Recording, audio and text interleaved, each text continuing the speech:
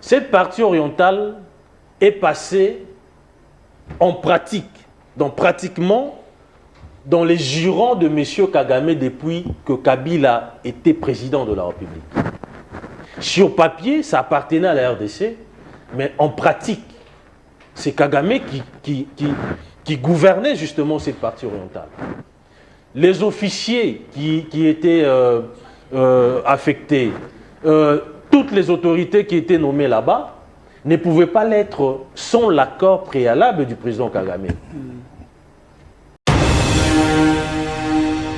Si de manière solennelle, demander à ce que le président Tshisekedi soit consacré héros vivant. Parce qu'il aurait fait quoi d'après vous? Parce que l'UDPS à la tête du pays, ça c'est le deuxième mandat. Les présidents de la République et l'UDPS. La première ministre, UDPS. Les gouverneurs de la ville de Kinshasa, UDPS. Presque tous les gouverneurs, presque, de nos différentes provinces sont UDPS. Êtes-vous fiers de la gestion de l'UDPS à nos jours? Il est attesté aujourd'hui que le président Tshisekedi, c'est lui qui a mis en difficulté les intérêts des ennemis de la RDC. Nous avons eu avant lui un président qui, naturellement, était les bras prolongés de Kagame. Tout ce que nous vivons aujourd'hui, ça a été orchestré ensemble avec l'ancien président. Ici, nous voulons d'abord récupérer nos territoires en entièreté. Nous voulons affirmer notre souveraineté. S'agissant maintenant de votre question relative à l'exécution de l'accord, oui. Mais nous savons, je vous ai dit ici, que les Américains ont ce qu'on appelle les soft power et les hard power. Ils ont tout le moyen de coercition pour contraindre la partie qui ne va pas respecter justement les attendus du contrat. Donc notre espoir, l'espoir est basé sur les États-Unis, sur Trump, sur les Américains. Mais lorsque l'Union européenne va se greffer, sollicite la sécurité des Américains face à la menace existentielle que représente la Russie, par exemple, vous l'avez dit qu'ils sont faibles. Si c'est le cas, parce que c'est la première puissance militaire. Si c'est le cas, à quoi sommes-nous un État? L'Union européenne qui sollicite la protection des Américains, tous les pays de l'Union européenne, ne sont-ils pas des États? Nous devons réfléchir pour mettre en place un dispositif pour qu'il n'y ait pas interruption par rapport à la démarche actuelle. Il s'agit des intérêts vitaux de notre pays et de notre peuple. D'être un peu... Ici, nous ne voulons pas... Je donne un exemple. Lorsque le président ukrainien a prolongé son bail sans passer par les urnes, c'était parce que les intérêts ukrainiens étaient en danger. Sont en danger. La Russie a naturellement les intentions d'annexer les territoires ukrainiens. C'est similitude. Hein? Nous aussi, nos intérêts sont en danger. D'où il faut qu'il y ait prolongement. Non, je ne dis pas ça. Je suis en train d'appeler les peuples à une réflexion. Qu'est-ce qui se passe concrètement au sein de votre parti politique? D'aucuns pensent que le désordre, c'est la particularité ou encore le point fort de l'UDPS. Bon, il faut faire le distinguo entre le désordre et ce qu'on appelle la vitalité démocratique. Ah bon, vous appelez ça vitalité démocratique, hein? Il faut faire toujours le distinguo. Quand ça tire, des partout, parfois les membres de l'UDPS attaquent les VPM de l'intérieur. Vous savez pourquoi ça étonne plus d'un? Parce que l'UDPS aujourd'hui, c'est le seul parti de masse qui a réellement, un parti qui a un ancrage national. Ce qui signifie que c'est là où le parti de masse, à l'instar par exemple de l'ANC, de démocrates, des républicains, vous constaterez que dans ces genres de partis politiques, il y a plusieurs courants, il y a plusieurs tendances dans ces partis politiques. Donc, Au sein des l'UDPS, là où il y a des secrétaires, il y a des structures, il y a des choses. C'est ça, hein? C'est ce que vous appelez parti de masse, c'est ça? Non, mais écoutez, au sein de ces partis politiques, il y a des dissensions. Ça existe toujours. C'est pas pour autant vous devez tirer sur l'UDPS. Non. Il est certes vrai que ce qui se passe ne nous arrange pas parce que en pareil... apparemment, c'est entretenu par en pareille situation, en pareil moment, on a besoin d'un parti compact, un parti qui est rangé derrière le président pour l'accompagner. Nous avons l'impression qu'il s'est bat seul alors qu'il a une machine. Il a eu une formation politique, non seulement qui a un ancrage, mais qui a des militants qui sont bouillants, qui peuvent mieux l'accompagner par rapport à sa lutte. Mais nous constatons que nous sommes aux abonnés absents, ce qui est écœurant par rapport à notre rôle, par rapport au rôle qui est le nôtre, naturellement. Et je pense que ça va, l'ordre va revenir à la raison. Merci. Un député, un élu du peuple, il est de la Lukunga, mais je vais dire plutôt de la Moa Tchangou, mais député national, Maître Francis Chibalabala, l'autre fois vice-président de l'Assemblée provinciale de Kinshasa, au cadre au sein de l'UDPS, avec qui nous allons aborder les questions d'actualité en ce jour du 14 juillet, encore une fois de plus. Merci d'être les nôtres et bon, bienvenue à ce nouveau numéro de Nice Press. Elle est abondante, l'actualité, oui, vous le savez, après l'accord ou encore après la signature de l'accord de paix entre Kinshasa et Kigali, les voix s'élèvent. Hein. Il y a des contestations et de ceux-là qui pensent que l'accord en soi, c'est un acte qu'a posé les États-Unis pour nous exploiter, pour utiliser nos richesses d'une manière illégale. Nous allons vous donner des précisions, nous allons analyser la question et cependant les échanges ou encore les tractations continue à Doha entre la délégation de Kinshasa et celle de M23.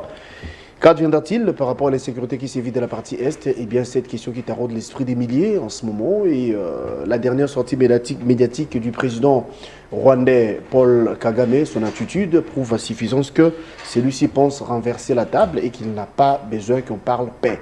Qu'adviendra-t-il? C'est vrai, c'est cette question que nous allons vous éclairer et nous parlerons également du gouvernement prochain. Oui, hein, le chef d'État avait promis que dans les jours à venir, il mettra en place un gouvernement et c'est ce que nous attendons. Mais du moins, il y a des milliers de Congolais qui pensent qu'il y a lieu qu'on parle dialogue. Toutes ces questions, vous aurez les éclairages. Je m'en vais saluer mon invité, l'honorable Francis Chibalabala. J'ai dit à l'entame, et je me répète, vous êtes de la Tchangou, vous êtes élu de la Tchangou, mais vous êtes député national, donc vous allez parler pour le compte du Congolais et de la République du Congo. Merci d'être là et bonne semaine à vous. Merci, bonne semaine, bon début de semaine à vous aussi. Alors, déjà, l'accord de Kinshasa et Kigali, sous la médiation de Washington, fait jaser. Il y a des contestations, il y a des milliers de personnes, en l'occurrence, je cite nommément le cardinal Fridolin Mbongo, qui fustige l'accord en question. Il pense que c'est un peu... c'est une paix, pardon, factus. Il estime que les États-Unis viennent rouler pour exploiter nos minéraux. Rien de paix pour les Congolais que nous sommes. Vous êtes politique, l'UDPS de surcroît, mais politique élu national au nom du peuple. Quelle lecture faites-vous par rapport à l'accord de Kinshasa et Kigali à Washington? Vous savez l'accord de paix signé entre le Rwanda et la RDC, c'est une victoire du peuple congolais. Pourquoi une victoire? Parce que le Rwanda, depuis des lustres, n'avait jamais reconnu qu'il est en train de nous agresser. N'avait jamais reconnu qu'il constituait la base arrière justement de cette nébuleuse M23 AFC. Et à la suite justement de la signature des accords, ça a été attesté expressis verbis que le Rwanda était réellement l'agresseur, que le Rwanda est réellement en train de soutenir justement l'AFC M23, qui constitue naturellement son bras séculier, son bras armé. Donc c'est une victoire, parce que lorsque le président Tshisekedi disait à qui voulait l'entendre que c'est le Rwanda qui est naturellement les commanditeurs de tout ce qui se passe dans la partie orientale, d'aucuns ne le croyaient pas. Mais aujourd'hui, à la suite de l'accord, la responsabilité directe de M. Kagame est établie dans l'accord. Vous comprenez? La participation active du Rwanda dans les exactions, dans la boucherie, dans le massacre qui s'observe dans la partie orientale est attestée. Et je pense qu'au vu de l'accord qui constitue un aveu de la part du Rwanda, la Cour pénale internationale peut s'y mêler naturellement. Parce que le Rwanda a reconnu qu'il est sur notre sol. Le Rwanda a reconnu qu'il est en train de nous agresser. Vous comprenez? C'est par extension, bien sûr. Donc, c'est une victoire. Et je pense que ça va sonner les glas aux massacres, aux tueries, aux exactions qui défient l'imagination, qui heurtent la conscience humaine. Alors, vous avez dit que c'est une victoire diplomatique, oui, livré à vous. Vous avez dit que via l'accord, le Rwanda a reconnu ses bévues ou encore les fautes commises ici au pays, dans la partie est de notre nation. Mais s'il faille aller un peu trop loin, parce que je souhaiterais également que vous éclairiez, bien sûr, parce que vous êtes élu du peuple, vous êtes député national, la lanterne de ceux-là qui nous suivent, quels sont les points forts de l'accord en question et quelles sont les failles de ces derniers? Non, vous écoutez, lorsque je dis que la RDC a gagné, c'est parce que Kagame était en train naturellement de se dérober de sa responsabilité par rapport au massacre, par rapport aux crimes de guerre, crimes contre l'humanité, crimes des génocides. Donc Kagame, c'est un futur candidat à la CPI, naturellement, au vu justement de ces exactions. Donc la CPI, naturellement, va remonter la chaîne de commandement politique et militaire, étant donné que le Rwanda a signé à travers son ministre des Affaires étrangères, ça prouve à suffisance que M. Kagame est pour quelque chose. Donc c'est ça l'avantage. Au moins la justice un jour sera rendue pour toutes ces victimes, plus de 10 millions de Congolais qui sont morts depuis que l'agression existe dans cette partie orientale. Allons de la logique qui est vôtre. Ne voyez-vous pas que l'accord en question dédouane le Rwanda? Dans le sens où, au regard de ce qui s'est passé ici chez nous au pays, au regard des morts que nous avons enregistrés, apparemment l'accord vient de laver le Rwanda. Non, il n'y aura pas de poursuites, il n'y aura pas de sanctions. Pas du tout. L'accord ne dit pas qu'il n'y aura pas de poursuites, il n'y aura pas de sanctions, non. L'accord, c'est l'accord de paix entre les deux pays. Voilà. Mais lorsque les infractions ou les crimes internationaux ont été commis, la justice n'a rien à foutre avec cet accord. Les auteurs seront naturellement poursuivis. Donc, il n'y a pas lieu que l'on mette ça dans l'accord. Non, ça ne concerne pas... nous ne sommes pas... les États-Unis ne constituent pas une juridiction internationale. Okay. Pour que l'on dise clairement que voilà, vous êtes dédouanés, vous êtes à l'abri des poursuites. Non, ce n'est pas dit clairement dans l'accord. Et je pense que il faudrait... j'ai suivi quelqu'un, un intellectuel, dire que nous avons aussi reconnu qu'il y a des FDLR. Mais est-ce que ces FDLR ont-ils déjà un jour attaqué le Rwanda sous la bénédiction de la RDC? Ça ne s'est jamais fait. Est-ce que le Rwanda a déjà dit ouvertement qu'il est en guerre contre la RDC? Parce qu'il y a des guerres qui sont autorisées par le droit international. Oui. Lorsqu'il s'agit de la légitime défense, par exemple. Vous comprenez?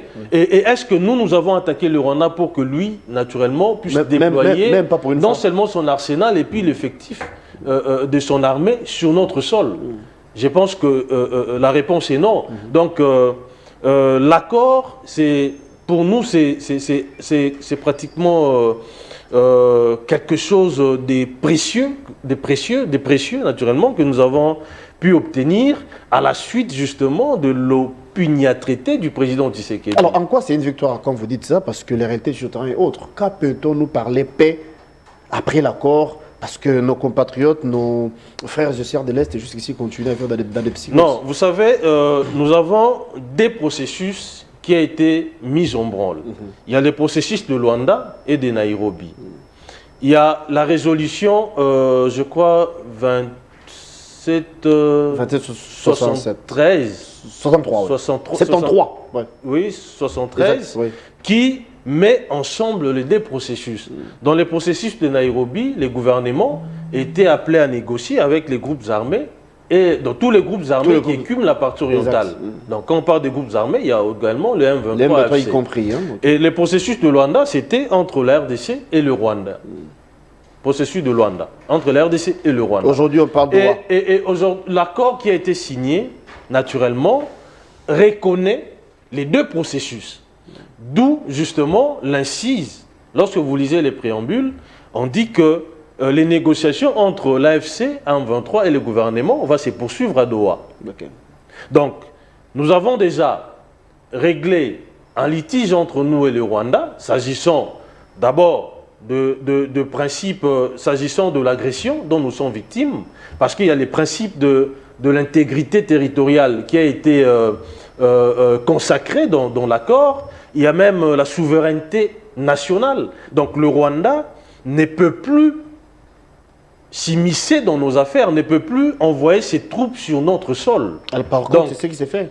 Non, écoutez, il y a encore un autre accord qui sera signé entre le gouvernement et M23 AFC, et les pourparlers sont en cours, et je pense qu'une fois l'accord est signé, les deux accords seront mis à exécution. Ça doit être naturellement fait de manière simultanée.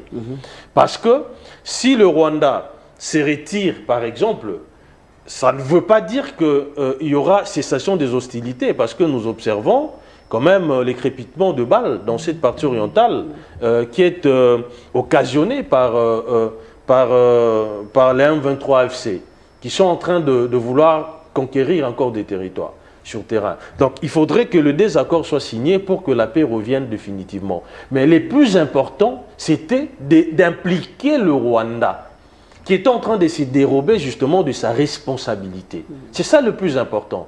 En réalité, l'AFC M23, comme le disait le président Tshisekedi, ce sont des pantins, ce sont des marionnettes, naturellement. Donc, ils sont en train de mettre à exécution les plans funestes de M. Kagame contre la RDC.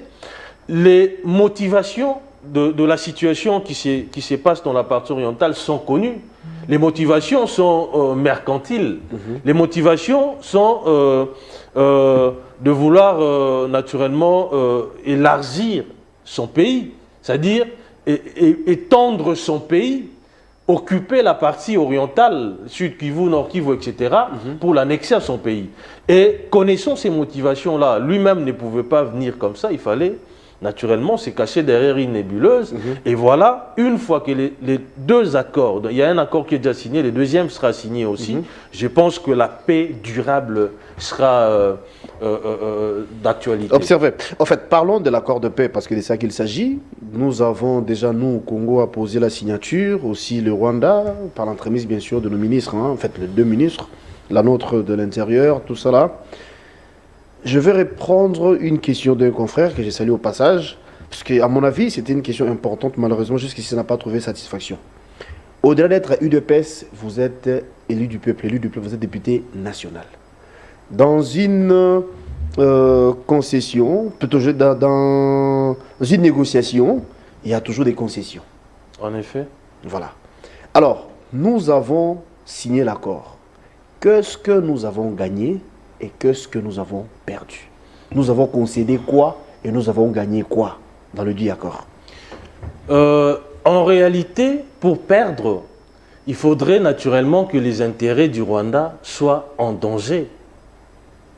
Nous sommes victimes d'une agression injuste de la part du Rwanda. C'est nous qui avons gagné naturellement. Nous n'avons rien perdu. Okay. En réalité, nous n'avons rien perdu. Parce que la rhétorique du gouvernement était naturellement de demander à ce que l'armée rwandaise puisse quitter notre sol. De demander à ce que Kagame, sa responsabilité soit reconnue dans des exactions qui ont été perpétrées dans la partie orientale. Qui continuent d'ailleurs. De demander à ce que la paix règne définitivement.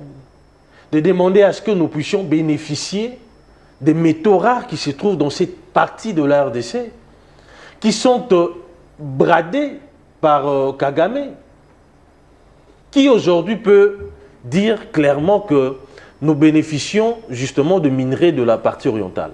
Qui peut le dire? Donc ces minerais profitent entièrement au Rwanda et aux puissances qui les soutiennent. Donc le fait que cela est consacré dans l'accord, nous considérons que nous avons gagné. Parce que le seul prétexte du Rwanda, c'était la menace existentielle qui représente le FDLR. Mais cette question se trouve dans l'accord. Et nous avons accepté, naturellement, de régler conjointement cette situation de manière définitive. Nous savons que c'est un alibi, tout simplement. Nous savons que c'est un prétexte qui a poussé M. Kagame à faire tout ce qu'il est en train de faire dans la partie orientale de notre pays.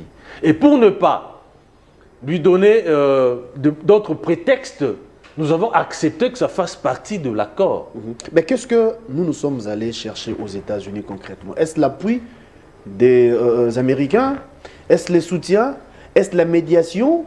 Ou bien? Pourquoi? Parce que, à en croire certains, Kinshasa est allé à Washington, c'était pour que les États-Unis nous accompagnent pour mettre fin aux atrocités qui sévissent dans la partie Est. Bon, écoutez, je pense que nous sommes allés à Washington pas pour qu'un accord de paix soit signé entre nous et le Rwanda. C'était pour obtenir un accord économique, voilà, sur nos minerais. Entre nous et les États-Unis. Et les États-Unis d'Amérique. Vous savez, je vous rappelle que l'Ukraine aussi a signé un accord du genre avec les États-Unis. Beaucoup d'autres pays africains vont aussi emboîter le pas. Vous avez suivi récemment, le président Trump a réussi 5 chefs d'État africains triés sur le volet. Et en réalité, lorsque vous scrutez les sous-sols de ces pays, vous conviendrez qu'il y a de minerais. En fait, au centre des échanges, c'est de matière économique, le minerai. C'est pour ça. Mais au-delà de ça, au-delà des accords économiques, il y a aussi d'autres accords qui peuvent arriver, qui peuvent advenir. Tels que? Par exemple, les changements d'expérience, de technologie, par exemple. S'agissant de notre armée, nous savons tous que l'armée américaine, c'est la plus puissante au monde. Pour le cas échéant, le Rwanda est venu faire quoi dans tout ça? Est venu faire quoi où? Voilà, maintenant, les États-Unis ont proposé les bons offices. Puisqu'ils doivent venir exploiter nos minerais, il faudrait que ça se passe dans un environnement apaisé. Vous parlez de dans un environnement, s'il vous plaît, dans un environnement calme. Voilà, ils se sont proposés pour assurer justement les bons offices. Comme Doha, par exemple, ce qu'on appelle la diplomatie de la navette, au fait. Donc, il y a un État peut se proposer pour régler un conflit entre États. Ça existe. Nous n'avons pas fait appel aux Américains pour régler la situation de l'Est. Ils se sont proposés, et étant donné que les Américains ou les États-Unis ont non seulement la puissance économique, ils ont la puissance militaire, ils ont une grande influence aussi, et nous avons estimé que les États-Unis, une fois parrainé l'accord sera respecté scrupuleusement. Mais si vous analysez bien l'attitude du président rwandais, pensez-vous que c'est une personne qui donne l'impression de respecter l'accord? Parce qu'il y a peu, il venait de renverser la table. Hein, quand il a réalisé un point de presse, les propos qu'il avait tenus, c'est vrai, il divaguait, ça n'engage que lui, parce que moi je suis congolais, je reste. N'avez-vous pas qu'on fait trop confiance à quelqu'un qui se comporte différemment? Vous savez, en réalité, moi je prends l'autre côté de propos de M. Kagame. Il donne l'impression de quelqu'un qui a pété les plombs, en fait. De quelqu'un qui est désarçonné. De quelqu'un qui a subi un échec cuisant. Pourquoi je le dis? Vous avez suivi ses propos. En réalité, ça contraste avec la littérature de certains compatriotes qui pensent que dans l'accord, nous avons perdu. Si nous avions réellement perdu, est-ce qu'il y aurait d'autres préalables qui ne sont pas contenus dans l'accord, qui seraient posés par le Rwanda, préalable à toute exécution de l'accord? Donc, est-ce que si réellement le Rwanda avait perdu, on aurait suivi toutes ces sorties médiatiques de Kagame et compagnie? Donc, ça veut dire à suffisance que, ça prouve à suffisance que l'accord est plus bénéfique aux Congolais qu'aux Rwandais. Ça, c'est ma réflexion par rapport à la sortie médiatique.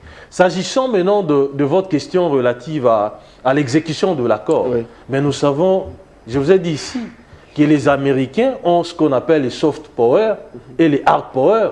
Ils ont tout le moyen de coercition pour contraindre la partie qui ne va pas respecter justement les attendus du contrat. Donc notre Et de l'accord, excusez-moi. l'espoir est basé sur les États-Unis, sur Trump, sur les Américains. Mais lorsque l'Union européenne va se greffer, sollicite la sécurité des Américains face à la menace existentielle que représente la Russie, par exemple, vous l'avez dit qu'ils sont faibles. Si c'est le cas, Parce que c'est la première puissance si militaire. c'est le cas, à quoi sommes-nous un État? L'Union européenne qui sollicite la protection des Américains, tous les pays de l'Union européenne, ne sont-ils pas des États? Nous sommes aujourd'hui dans une... on assiste à une bascule du monde. Le droit international est mis en difficulté, est mis en difficulté, le droit international. Nous sommes pratiquement dans une situation où c'est la force qui a pris le pas sur le droit. Et les États-Unis représentent réellement cette force-là, incontestable. D'où, justement, la garantie que nous avons quant à l'applicabilité de l'accord. L'autre fois, il y avait des applaudissements de les chefs des Congolais qui saluaient cette décision ou mesure prise par l'ancien président Joseph Kabila. Je parle des codes miniers. Est-ce qu'on peut dire que le régime actuel a désactivé les codes miniers qu'avait laissé Kabila, ou bien le régime actuel pense au nom de la paix, on peut sacrifier certaines choses, ou encore on peut concéder par la paix? Ici, on n'a pas concédé. Il ne faut pas mettre Mais les États-Unis, les bœufs devant la charrue. les Américains vont se retrouver dans l'accord. C'est vrai, vous avez dit que les États-Unis ont joué à la médiation, mais vous êtes sans ignorer qu'ils ont une part de bénéfices, s'il faut dire ça comme ça. Écoutez, ne mettons pas la charrue devant le bœuf. Qu'est-ce que je suis en train de dire? Jusqu'ici, l'accord économique entre la RDC sur le minerai, entre la RDC et les États-Unis n'est pas encore signé. Donc il vous dira que ça ne sera S'il jamais vous plaît, publié. Hein? l'accord n'est pas encore signé. Nous en sommes encore aux discussions exploratoires. L'accord n'est pas encore signé. Je pense que nous ne pouvons pas, il paraît très superfétatoire de vouloir discuter sur quelque chose qui n'existe pas encore. Auquel cas, soyez-en rassurés que l'accord sera signé aux conditions de la RDC. Mais au-delà de ça, il s'agit d'un partenariat économique. Les États-Unis vont injecter beaucoup d'argent. Ils doivent en retour aussi gagner de bénéfices. Vous n'allez pas dire à un commerçant de ne pas penser bénéfice lorsqu'il investit quelque part. Mais soyez-en rassurés que Et surtout que le président américain, c'est un homme d'affaires. Ça sera un partenariat win-win. Nous avons évité justement que nous puissions demeurer dans ces cercles vertueux. Les cercles où le Rwanda nous agressait pour créer une zone de non-droit dans la partie orientale, au fin de faire main basse sur nos richesses. Et ces minerais-là étaient vendus à ces puissances, étaient bradés quasiment. Et pour éviter que la population continue de mourir, pour mettre fin au massacre, nous sommes allés directement vers un État qui a grandement besoin des métaux rares qui se trouvent dans la partie orientale. Un État puissant. Je pense que ça, c'est d'après une certains stratégie. ne jouent pas les francs jeux. Non, mais les relations entre États sont basées sur des intérêts. Tout dépend aussi de ce que nous aurons à proposer dans l'accord. Voilà pourquoi j'ai dit, attendons que l'accord soit signé. C'est à ce moment-là que nous allons formuler des critiques s'il y en aura. Ok, on va attendre. Alors parlons de l'accord qui existe déjà, parce que nous en avons, l'accord de paix. Est-ce qu'on peut dire aujourd'hui qu'on peut dormir en paix, parce que nous avons l'accord en question, Ou encore, avez-vous déjà entendu parler du Congo oriental? Je n'ai pas entendu, je ne sais pas si c'est la proposition de... C'est ça? Non, vous avez la parole.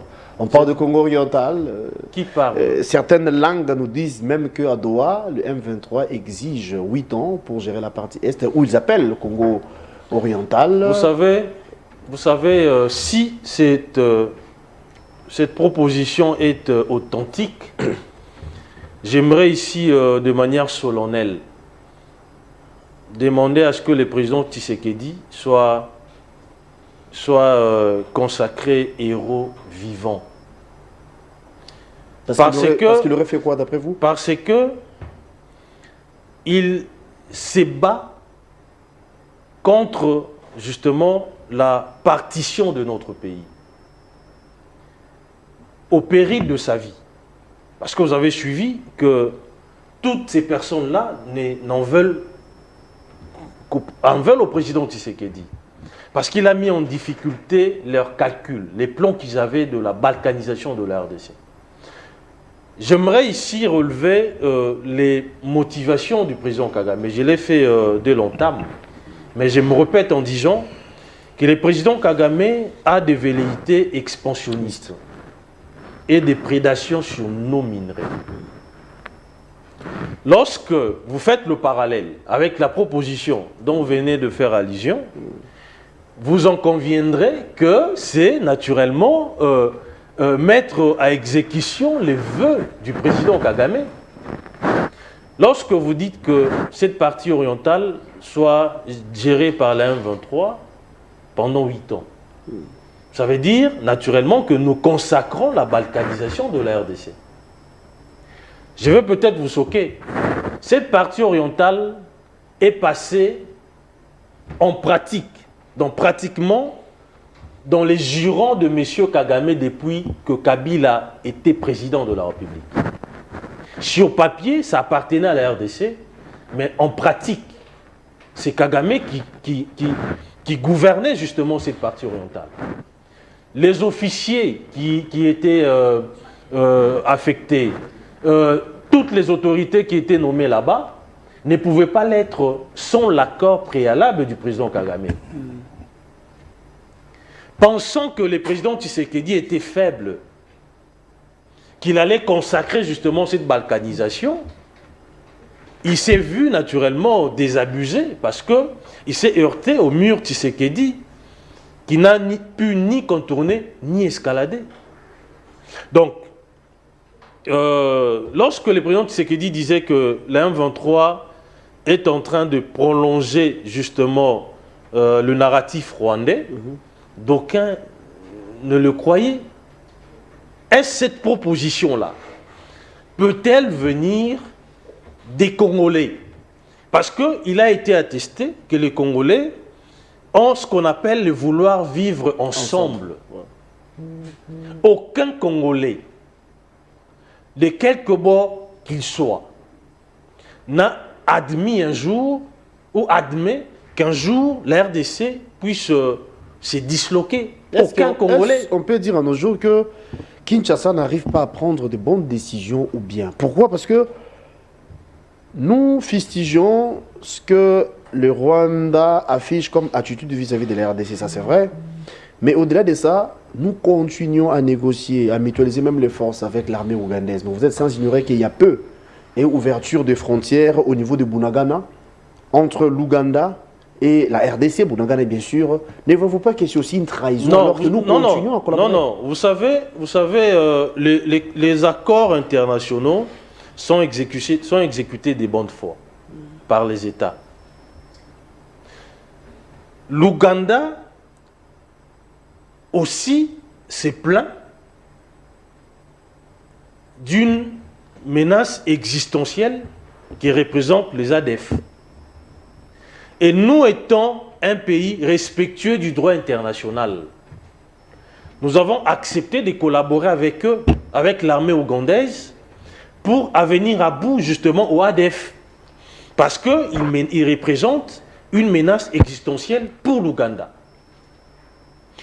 Vous savez, lorsque le président Trump est arrivé au pouvoir, il a pris des positions que d'aucuns n'arrivaient à cerner.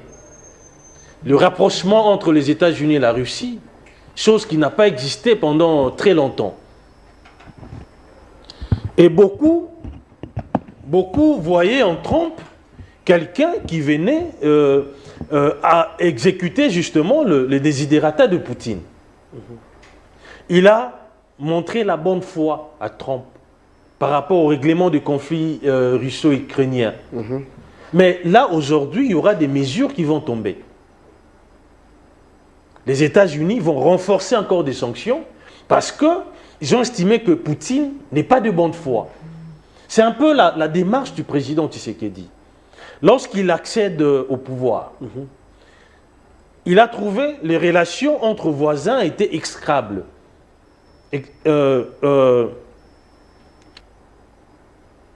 Normaliser les relations entre États. D'où la main tendue vers le Rwanda, l'Ouganda, le Burundi. Parce qu'en réalité, ce sont des États qui, par le passé, nous ont toujours causé du tort. Et en faisant cela, ça ne voudrait pas dire que le président ou la RDC était faible. Non. Aucun conflit au monde ne s'est réglé sans le pourparler. Ça n'existe pas.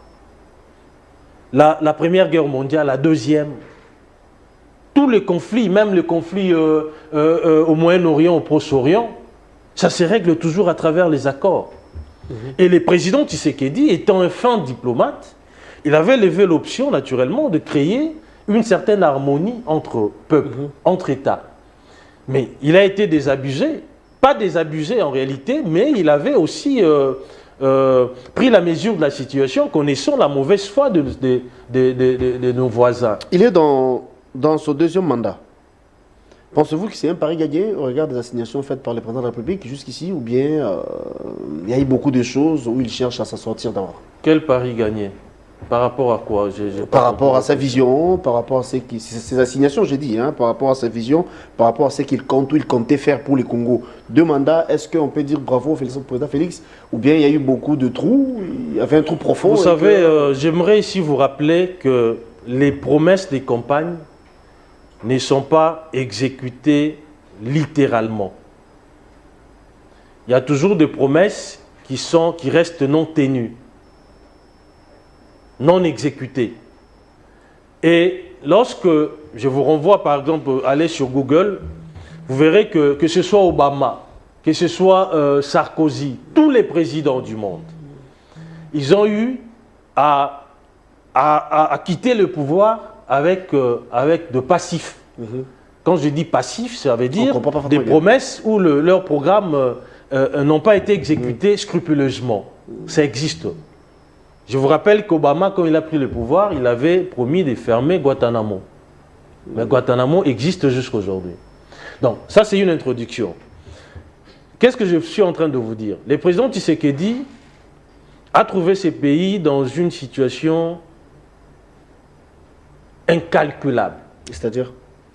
Les pays étaient dans un trou sans fond. On avait 145 territoires. S'il vous plaît, dans un trou sans fond.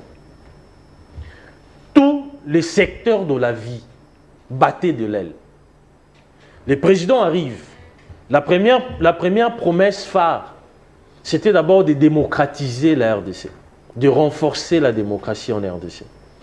Il a décrispé les climats politiques, libéré les prisonniers politiques, etc. Il a redonné la voix à l'opposition, aux opposants.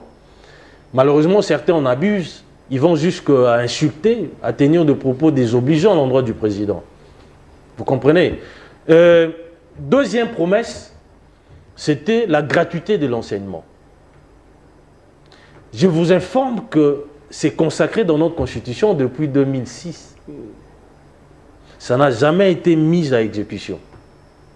Et le président Tshisekedi arrive, il décrète la gratuité de l'enseignement avec tout ce qu'il y avait comme coup bas, parce qu'il y a beaucoup d'intérêts de certains Congolais étaient en péril. Aujourd'hui, plus de 7 millions d'enfants... Est-ce qu'il y avait des mesures d'encadrement pour accompagner? Aujourd'hui, plus de 7 millions d'enfants... Est-ce qu'il y avait des garde-fous? Je vous informe. Aujourd'hui, plus de 7 millions d'enfants ont repris les chemins de l'école. Reprendre, ça veut dire des enfants qui n'étudiaient pas parce que leurs parents n'avaient pas de moyens. Exactement. Malgré le combat, on a tenu bon. Est-ce que, s'il faut comparer les années précédentes, vous verrez que les années récentes ici, il n'y a pas eu trop de mouvements de grève à l'EPST. L'année s'est clôturée en beauté. Et nous préparons la rentrée prochaine. Il y a la maternité gratuite. Ça n'a jamais existé. Là, vous faites carrément les bilans, ce n'est pas mal non plus. Non, mais dis-moi, qu'est-ce que je suis en train de vous la norme dire? exige à ce qu'en 2028, qu'il y ait organisation des élections. Donc, le président de la République va plier bagage. Ça, écoutez, mais je vous informe. Laissez-moi finir parce que c'est une question. Ouais. Là, je pense que c'est la logique. Donc, en 2028, le président va plier bagage parce qu'il aurait fini ses 2 mandats. Pensez-vous qu'il aura encore besoin d'autres mandats pour réaliser ce qu'il avait promis? Ou bien il y avait beaucoup de contraintes, on peut s'arrêter là avec lui? Bon, ici, je ne pourrais pas parler à la place du président de la République. Vous êtes congolais. En plus, tout ce que je sais, il a un mandat de 5 ans renouvelable une seule fois, voilà, selon la Constitution, voilà, et prescrit de notre Constitution. Voilà. Il est à son 2e mandat. Mais il faudrait que l'opinion retienne que lors du 1er mandat du chef de l'État, sur le plan calendaire, le mandat est de 5 ans. Exact. Mais le président n'a travaillé que pendant 2 ans. Et les 3 autres années, d'après vous? Les 2 premières années étaient frappées par la Covid. C'était universel. S'il vous plaît. Cher honorable. Mais j'évolue, non? Vous avez la parole. Était frappé par la Covid. Je ne justifie pas. Était frappé par la Covid. Pendant cette période, je vous informe que la Covid, on payait les gens. S'il vous écoutez, le ministre et le président bénéficiaient de... D'accord. Suivez-moi. Oui, vous avez la parole. Et la Covid avait mis en difficulté toutes les économies du monde. Je vous informe que la dette intérieure de la France a été multipliée à plusieurs fois à la suite de la Covid. La dernière année, c'était l'année électorale. Nous avons dû décaisser plus de 1,2 milliard pour organiser les élections. Donc, les 2 années seulement, et pendant 2 ans, on a vu les réalisations du président. Il n'avait pas non plus dit que voilà, je n'ai travaillé que pendant 2 ans. Il avait considéré que les 5 ans calendaires avaient été achevés. Et nous sommes passés à un autre mandat. Donc ici, ne prêtez pas. Mais quand vous revenez sur ça, vous insinuez quoi? Non, je suis en train d'expliquer à l'opinion que les réalisations du président sont nombreuses, mais elles ont vu le jour que pendant 2 ans où il avait justement le loisir de travailler sans contrainte. Et aujourd'hui, nous sommes à son 2e et dernier mandat. Avec la situation de l'Est, je pense que, vous savez, je vous informe aujourd'hui que les présidents ukrainiens aient fin mandat depuis 2024. Depuis 2024, hein? Depuis 2024. On est en 2025. Nous sommes en 2025. Vous aimez trop les exemples du genre. Non, écoutez, monsieur le journaliste. Vous savez, lorsque les intérêts vitaux de la nation sont en danger, il y a lieu que nous puissions réfléchir comment régler d'abord la situation qui nous préoccupe au plus haut point. Nous sommes en train de nous battre avec un agresseur qui a posé justement le base aux fins de récupérer une partie de notre territoire. Il bénéficie gracieusement de nos minerais. Pas gracieusement, souterrainement de nos minerais. La situation, elle est tellement sérieuse que moi, en tant qu'intellectuel, ce n'est pas parce que j'appartiens à la majorité, à l'Union sacrée, que je vais plaider pour le prolongement du mandat. Je ne le dis pas. Mais nous devons réfléchir pour mettre en place un dispositif pour qu'il n'y ait pas interruption par rapport à la démarche actuelle. Il s'agit des intérêts vitaux de notre pays et de notre peuple. D'être un peu...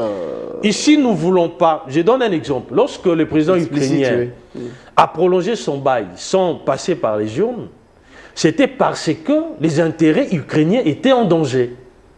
Sont en danger. La Russie a naturellement les intentions d'annexer les territoires ukrainiens. C'est similitude. Hein. Nous aussi, nos intérêts sont en danger. Voilà. D'où il faut qu'il y ait prolongement. Non, je ne dis pas ça. Je suis en train d'appeler les peuples à une réflexion. Si les Ukrainiens, un pays, une vieille démocratie, n'a pas tenu rigueur au président en poste pour convoquer les corps électoraux ou convoquer les élections, c'est ce que vous demandez aux je pense que également. nous pouvons aussi... Emboîter les pas. Non, je ne dis pas emboîter le pas. D'entrée des jeux, j'ai commencé par dire que je ne suis pas ici en train de parler au nom et pour le compte du président de la République. Ouais. Parce que lui-même avait déjà, en son temps, dit il est épuisant de faire plus de 2 mandats à la tête de ces pays. Non, mais je suis dans une réflexion. Il est attesté aujourd'hui que le président Tshisekedi, c'est lui qui a mis en difficulté les intérêts des ennemis de la RDC. Nous avons eu, avant lui, un président qui, naturellement, était les bras prolongés de Kagame. Tout ce que nous vivons aujourd'hui, ça a été orchestré ensemble avec l'ancien président. Ici, nous voulons d'abord récupérer nos territoires en entièreté. Nous voulons affirmer notre souveraineté et que les politiques réfléchissent par rapport à cela. C'est pourquoi je dis, est-il opportun d'aller aux élections pendant que nos frères et sœurs sont en train de tomber tous les jours, pendant qu'une partie de notre territoire est en train de nous échapper? Vous comprenez? Donc, je crois que la balle est dans les camps des intellectuels. Vous avez répondu, vous avez mis à la place publique vos pensées et si pas vos analyses par rapport à la question. Mais revenons pour parler d'une question qui préoccupe également beaucoup des Congolais. Hein. C'est vrai, vous êtes UDPS. Au-delà d'être député national, vous êtes au cadre même au sein de l'UDPS. L'UDPS à la tête du pays, ça c'est le 2e mandat. Les présidents de la République et l'UDPS. La première ministre, UDPS. Les gouverneurs de la ville de Kinshasa, UDPS. Presque tous les gouverneurs, presque, de nos différentes provinces sont UDPS. Êtes-vous fiers de la gestion de l'UDPS à nos jours? Si vous regardez la manière dont le pays évolue, si vous regardez la manière dont les choses se passent ici au pays, est-ce que vous pouvez... vous en êtes fiers, vous qui êtes UDPS, voilà. Ouais, je suis très fier. Ici, je vous ai cité 2 programmes phares du chef de l'État. La gratuité de l'enseignement et la gratuité de la maternité. Si j'étais le président de la République, j'allais me focaliser sur ces 2 programmes phares, tout simplement. Obama avait un programme phare qui était l'Obamacare. Si aujourd'hui il faut identifier Obama, c'est Obamacare. Et le fait qu'il avait assassiné et qu'il avait tué Ben Laden, qui était l'ennemi numéro 1 des Américains. C'est ça, au fait, les grands bilans d'Obama. Et il est adulé, il est adulé à la suite de ça. Les vôtres, le grand bilan, c'est la gratuité de l'enseignement et la Non, gratuité je vous de la cite seulement maternité. ces 2 projets phares. Au-delà de ça, les routes qui sont en train d'être construites à travers la RDC, l'amélioration des soldes de policiers et militaires, la majoration. Les présidents arrivent, ils triplent quasiment les salaires des enseignants par rapport à ce que les enseignants touchaient avant qu'ils n'arrivent au pouvoir. Les conditions de travail sont améliorées. Les hôpitaux sont construits. Les universités. Je vous rappelle qu'en 18 ans, le PPRD n'a construit aucune université dans ces pays. Le PPRD, c'est un parti politique. Quand j'ai dit le PPRD, vous savez faire le... Je comprends le contexte. Vous allez comprendre. Aucune université. Mais les présidents ont construit quasiment 5 ou 6 aujourd'hui. Et d'autres sont réhabilitées et construites. Vous comprenez? La situation, je vous ai dit ici que la situation, nous étions au fond du précipice. La situation dans laquelle nous avons trouvé la RDC ne prêtait pas à une amélioration aussi radicale de la situation, des conditions que vivait le peuple, dans lesquelles la population vivait. Le président Tshisekedi n'a pas un pouvoir messianique pour changer radicalement la situation. Au-delà de ça, monsieur le journaliste, Vous savez, reconstruire une armée, ça demande des sommes exponentielles. Beaucoup d'argent. L'armée aujourd'hui, je vous informe que les budgets des États-Unis est passé à 1000 milliards de dollars américains. Les budgets pour l'armée. Donc, former le militaire. Parce que lors de son premier mandat, il a recruté près de 40 000 militaires. Former les militaires, les équiper, les nourrir, les payer, armer notre armée, c'est beaucoup d'argent. Dans chaque compétition, donc c'est pour vous dire que concours ou jeu qui se passe dans le monde, ce qui compte plus, c'est les résultats. oui, les Est-ce qu'on résultats. peut dire que nous avons des bons résultats aujourd'hui au pays? Oui, il y a des familles aujourd'hui qui bénéficient de la gratuité de l'enseignement. Je vous donne un exemple. J'ai un frère qui a 6 enfants qui étudie à Don Bosco. Il m'a dit, honorable, j'ai dépensé annuellement près de 2000 $ avant que Fatih ne décrète la gratuité de l'enseignement. Mais ces enfants étudient gratuitement. Ils n'ont même pas payé un seul centime. N'est-ce pas? C'est un bénéfice pour la population congolaise. Ici, je ne viens pas parler bilan. Mais si vous avez besoin que nous puissions parler des réalisations du président, la population congolaise, ce n'est pas seulement Kinshasa. Organisons, mais la gratuité, c'est dans tous les pays, quasiment. La gratuité d'enseignement, c'est dans tous les pays. Donc, les changements ne pourraient être radicaux parce que le président n'a pas un pouvoir messianique. Il s'est inscrit dans une dynamique de vouloir améliorer la situation des Congolais et c'est ce que nous sommes en train de recueillir comme fruit. Donc, on peut dire en clair ici que dans on mettra fin au M23, on mettra fin à l'insécurité qui s'est vue au pays, non seulement à l'Est, même ici à Ouamout, un peu généralisé, donc la paix sera totale. Le président est vent debout contre toutes ces nébuleuses et je pense que la paix va revenir totalement. Je rappelle que vous étiez l'autre fois ligne d'autorité ici à Kinshasa, parce que vous étiez, comme j'ai dit il y a peu, vice-président de l'Assemblée provinciale de Kinshasa. Sans ambages, nous venons de suivre le propos qu'avait tenu votre chef d'antan, le président de l'Assemblée nationale honoraire, Godin Poyi, qui se sent provincial, oui, qui se sent frustré, qui dit que s'il n'était pas pasteur, il donnerait raison ou encore il allait rejoindre le mouvement rebelle parce que sa maison a été démolie. C'est vrai, il y a eu des réactions un peu partout. L'autre fois, votre collaborateur. Aujourd'hui, vous êtes tous de l'Union sacrée. Comment vous analysez ces propos? Est-ce qu'il avait raison de dire ça? Bon, je crois que ces morceaux-là a été sorti du contexte et a été sorti de la phrase, hein, parce que quand vous suivez l'intégralité de l'émission, c'est pas ce qu'il a voulu dire. C'est un peu à l'image de ce qu'on a fait à Nicolas Kazadi. Oh, alobi ke tokabola rambongo, tout ça la rabo. Non. Quand vous suivez bien l'émission, vous allez comprendre que c'est parce que l'opinion a retenu comme message. Mais vous savez, dans ce pays, nous devons apprendre à respecter les lois. Un État, vous savez, les lois sont là pour mettre fin à la jungle.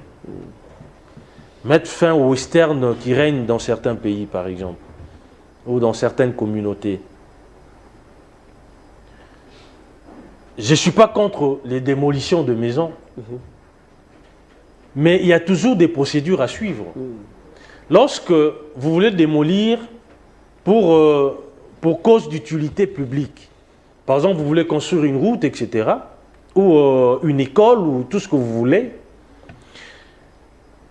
il y a une procédure préalable. Tout à fait. Vous devez indemniser justement les propriétaires de ces maisons qui les ont acquis légalement en bonne et due forme. Acquises en bonne et due forme. Mais lorsque vous détruisez sans contrepartie, je pense que c'est de l'anarchie. Alors que la loi est venue naturellement pour mettre fin à l'anarchie. Ça, c'est premièrement. Deuxièmement, pour ceux qui ont construit de manière anarchique, à ceux-là, je pense que l'État ne peut éprouver aucune compassion. Parce que ce sont des constructeurs anarchiques. Mais pas ceux qui ont acquis un bon uniforme leur maison. Je vous donne un exemple chez moi, à Sonfil par exemple. On est en train de détruire, parce qu'on construit la route, on a détruit des maisons de gens qui sont dans les limites initiales. Ils n'ont pas glané quelques centimètres de la route, mais ils ont vu leur maison, leur parcelle, leur clôture être démolie. Sans indemnité, ça n'existe pas. Lorsque la société qui a gagné le marché pour construire une route, lorsque vous signez avec, l'État viole la loi. On intègre tout ça. Il est certes vrai que l'État a le monopole de la violence, mais la violence, dont l'État a le monopole, c'est fait sur base justement de lois qui existent. Donc, ne grossissons pas les rangs des frustrés. C'est très important. Ne grossissez pas les rangs des frustrés. À travers les actes que nous posons, nous qui sommes dirigeants, nous qui sommes autorités. Parce que j'ai toujours dit à qui veut m'entendre que chacun a sa manière de gérer sa colère, a sa manière de réagir. Si vous, par exemple, lorsque vous êtes dans une colère bleue, vous restez silencieux, mais d'autres personnes se mettent à vociférer, à parler, ils se mettent même à casser des choses qu'il y a autour. Donc chacun a sa manière de gérer sa colère. Donc plus il y a de frustrés, moins il y aura la paix ou la cohésion entre les peuples. Alors, le chef de l'État avait promis de mettre en place dans les jours à venir un nouveau gouvernement, ou encore peut-être ça sera remanié, on ne sait pas, mais certaines langues disent que il faut carrément changer ce gouvernement. Ici, on pose deux questions au même moment. S'il faut changer le gouvernement, est-ce qu'il faudrait attendre d'abord les dialogues prônés par certains, notamment les pères des églises? J'ai fait allusion à la CENCO et l'église catholique, plutôt, et les CC. Si oui ou non, tout dépendra de votre manière de voir les choses. Mais souhaiteriez-vous qu'on garde cette ossature? Est-ce qu'il faut changer même la Premier ministre? Si oui, qui peut bien jouer le jeu? Qui peut faire les poids? Qui répond aux critères pour sauver la nation au regard de la situation que nous vivons? Bon, premièrement, je voudrais ici exprimer mon avis par rapport au dialogue. Je suis pour le dialogue entre Congolais. Le président Tshisekedi, depuis son premier mandat, il a toujours eu une main tendue vers l'opposition, vers tous les Congolais. Parce que, étant président de la République, c'est comme un joueur qui est sur le terrain. Il n'a pas la vue globale de tout ce qui se passe sur le terrain. Il ne sait pas voir quels sont les compartiments qui ne marchent pas. C'est plus l'entraîneur ou les joueurs qui sont sur le banc de tous. Et l'opposition joue quasiment ses rôles. Étant sur les bancs de tous, ils observent ce qui se passe. Tout à fait. Ils peuvent apporter des contributions. Formellement apporter des contributions pour permettre au chef de l'État de bonifier sa vision, de bonifier l'action gouvernementale au profit des Congolais. Ces dialogues-là, j'ai dit oui. Mais nous sommes habitués à chaque fois qu'il y a élection, à organiser des dialogues pour se partager le pouvoir. Et pour ça, je suis contre. Je suis contre parce que ça me pousse à dire que le politique travaille pour leurs intérêts personnels et non pour l'intérêt de la population.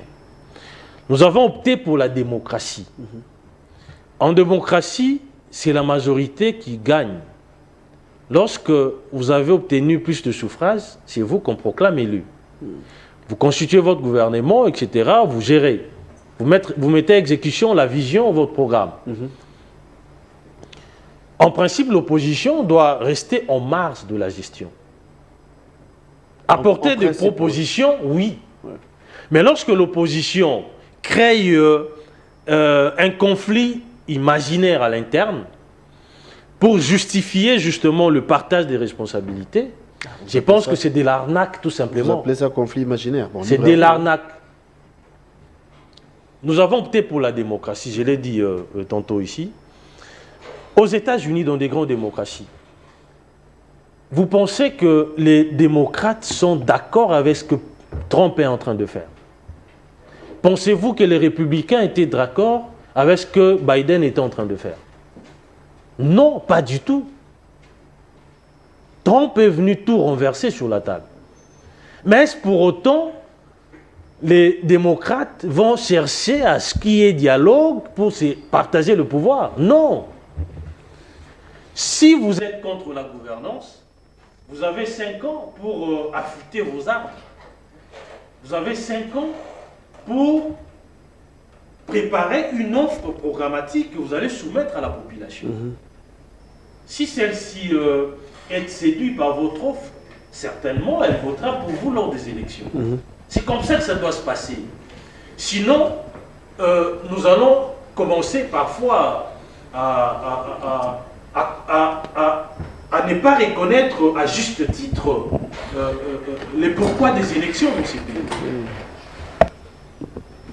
Donc, à l'interne, en principe, il n'y a pas de conflit. Ceux qui sont contre la gouvernance, qu'ils attendent 2028. Les conflits qui est là, c'est entre nous et le Rwanda. Et cette stratégie-là de vouloir dédouaner Kagame, etc., ça, je m'inscris en faux contrôle. Donc, point besoin de parler de dialogue entre Congolais.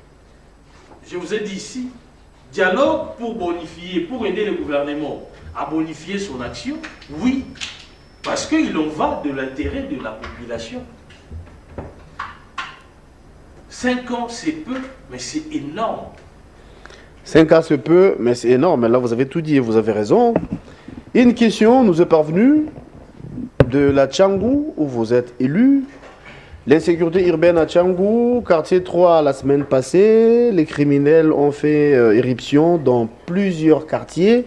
Et il y a eu donation d'armes. Vous êtes élu de ce coin, de cette circonscription.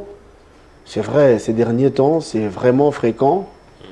Il y a des situations qui mettent en mal la population de l'Est, donc l'Est de Kinshasa, nous parlons de Tchangou.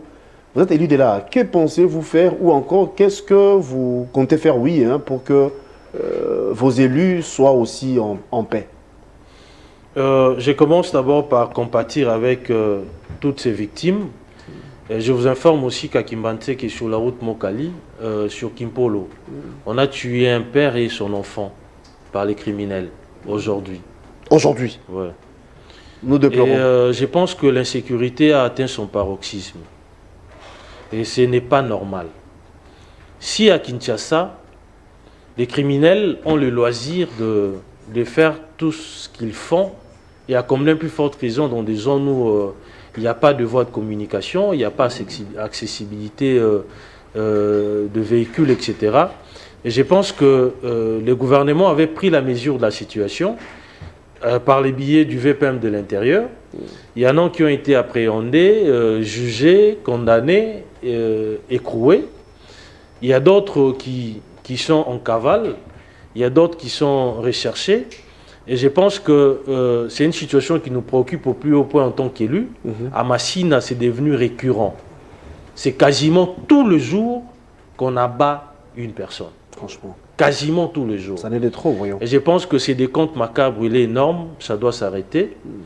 Autant nous conjuguons beaucoup d'énergie pour la partie orientale, pour nos compatriotes qui sont en train de tomber, autant nous devons aussi mettre beaucoup d'énergie pour endiguer justement ces fléaux. En tant qu'élu, est-ce que vous avez eu le temps d'échanger avec le gouverneur, par exemple? Et nous avons le ministre, de la le police, VPM de l'Intérieur. Le VPM de ou... l'Intérieur a été convoqué. Je crois que la sécurité, c'est le patron de la sécurité. Ouais. Il a été convoqué à l'Assemblée nationale. Il a, d'ailleurs, je vous informe qu'il a sa loi sur la programmation là, de la police et tout. Là, ça a été voté. Et il a promis de former près de 90 000 Encore une promesse, alors qu'on tue tous les jours, vous avez dit. Non, c'est décidé déjà. Ils vont former de policiers parce que le problème, c'est que la population quinoise est tellement... Il y a une forte densité de la population. Nous sommes aujourd'hui plus de 15 millions de Congolais. Kinshasa est grand Donc c'est aujourd'hui. tellement énorme qu'on a Mais du mal à lorsque gérer. nous voyons l'effectif de nos policiers, ça laisse à désirer quand même. Lorsque nous voyons l'arsenal que le policier détient, je pense que ça ne peut pas leur permettre de venir à bout à cette insécurité galopante. Et je pense qu'à travers cette loi, la police sera, non seulement on va recruter et former, mais aussi on va doter notre police de tout ce qui est nécessaire pour lui permettre de bien faire son travail. Donc c'est question de temps tout simplement, mais je pense qu'il faut quand même appuyer sur l'accélérateur, parce qu'il s'agit de la vie humaine, et chaque fois que les gens sont en train de mourir, je pense que c'est inadmissible. Au-delà de ça, il y a aussi un problème des sinistrés qui nous laisse sans voix. Il y avait une somme, une enveloppe qui était débloquée au niveau du gouvernement central. Qui gère l'enveloppe en question, on ne sait pas. Tantôt on parle du ministre VPM de l'Intérieur, tantôt c'est Mme Aziz Mounana. Bref, les sinistrés sont en difficulté. Vous êtes aussi un élu, vous êtes un élu du peuple. Oui, je crois que j'avais fait les plaidoyers au profit des sinistrés de la Tchangou là-bas. Et je pense que lors de la rentrée prochaine, je vais adresser une question orale avec débat à l'endroit de toutes celles et ceux qui ont eu à gérer justement le financement qui a été décaissé au profit des sinistrés. Nous devons avoir quand même la lumière parce que on ne peut pas s'enrichir sur le dos des sinistrés. C'est inadmissible, c'est inhumain. Donc on va faire notre travail des parlementaires pour essayer de tirer les choses au clair. Alors, on va se quitter. Vous êtes UDPS. Parlons de ça en une minute, parce qu'on va se quitter, ça c'est vrai. Qu'est-ce qui se passe concrètement au sein de votre parti politique? Qu'est-ce qui se passe? D'aucuns pensent que le désordre, c'est la particularité ou encore le point fort de l'UDPS. Bon, il faut faire les distinguo entre les désordres et ce qu'on appelle la vitalité démocratique. Ah bon, vous appelez ça vitalité démocratique, Il faut faire toujours les distinguo. Quand ça tire, ça tire de partout. Parfois, les membres de l'UDPS attaquent les VPM de l'intérieur. Vous savez pourquoi ça étonne plus d'un? Parce que l'UDPS aujourd'hui, c'est le seul parti de masse qui a réellement, un parti qui a un ancrage national. Ce qui signifie que c'est là où règne du désordre. Le parti de masse, à l'instar par exemple de l'ANC, de démocrates, des républicains, vous constaterez que dans ces genres de partis politiques, il y a plusieurs courants, il y a plusieurs tendances dans ces partis politiques. Donc, au sein des l'UDPS, là où il y a des secrétaires, il y a des structures, il y a des choses. C'est ça, c'est ce que vous appelez parti de masse, c'est ça? Non, mais écoutez, au sein de ces partis politiques, il y a des dissensions. Ça existe toujours. C'est pas pour autant vous devez tirer sur l'UDPS. Non. Il est certes vrai que ce qui se passe ne nous arrange pas parce que en pareil... apparemment, c'est entretenu par vous-même. En pareille situation, en pareil moment, on a besoin d'un parti compact, un parti qui est rangé derrière le président pour l'accompagner. Nous avons l'impression qu'il se bat seul alors qu'il a une machine. Il a eu une formation politique, non seulement qui a un ancrage, mais qui a des militants qui sont bouillants, qui peuvent mieux l'accompagner par rapport à sa lutte. Mais nous constatons que nous sommes aux abonnés absents, ce qui est écœurant par rapport à notre rôle, par rapport au rôle qui est le nôtre, naturellement. Et je pense que l'ordre va revenir à la raison. Merci d'être venu, honorable Francis Tchibalbala. L'ordre va revenir à la maison, oui. Bien que vous n'ayez pas répondu bien, bon, je ne vais pas dire bien parce que c'était votre réponse, par rapport à la question du gouvernement prochain, mais quelqu'un me dira que vous êtes ministrable. Il souhaiterait même vous voir au niveau du ministère de l'enseignement primaire et secondaire issu. C'est son point de vue. Et si seulement ce sera le cas, ce n'est pas mal non plus. Nous sommes arrivés à la fin. Bon, un mot. Je crois que merci pour ces compatriotes qui veulent me voir au ministère, mais je pense que même au niveau de l'Assemblée, je sers ma population. On peut servir le peuple partout où on est. Donc, mais si les chefs de l'État décident de me placer au gouvernement, je crois que je serai heureux parce que je voudrais aussi servir mon peuple à ces niveaux-là. Mais en tant que député, j'ai fait le travail pour lequel ces peuples-là m'avaient élu. Les mots de la fin, c'est ça. Voilà, mot de la fin. Bon, en même temps, si vous pouvez glisser aussi un mot, il y a le procès Moutamaki en cours, renvoyé pour le 23 prochain. Bon, je crois que ici, on ne doit pas tirer à boulet rouge sur la justice, comme certains le font. J'ai ouï dire que certains compatriotes pensent qu'il s'agit d'un acharnement, d'un procès politique, etc. Et le plus important ici, c'est d'attendre l'issue du procès. Parce que les juges instruisent à charge et à décharge aussi. Donc si les faits pour lesquels il est poursuivi sont établis, il sera condamné sans nul doute. Si ces faits ne sont pas établis, il sera acquitté tout naturellement.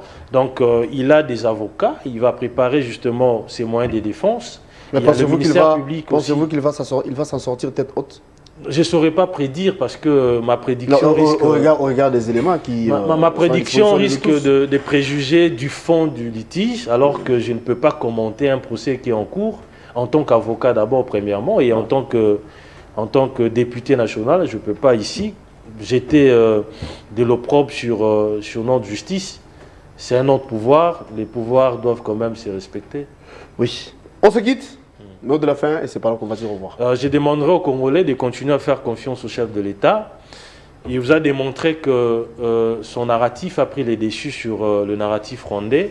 Aujourd'hui, Kagame est reconnu comme étant l'agresseur.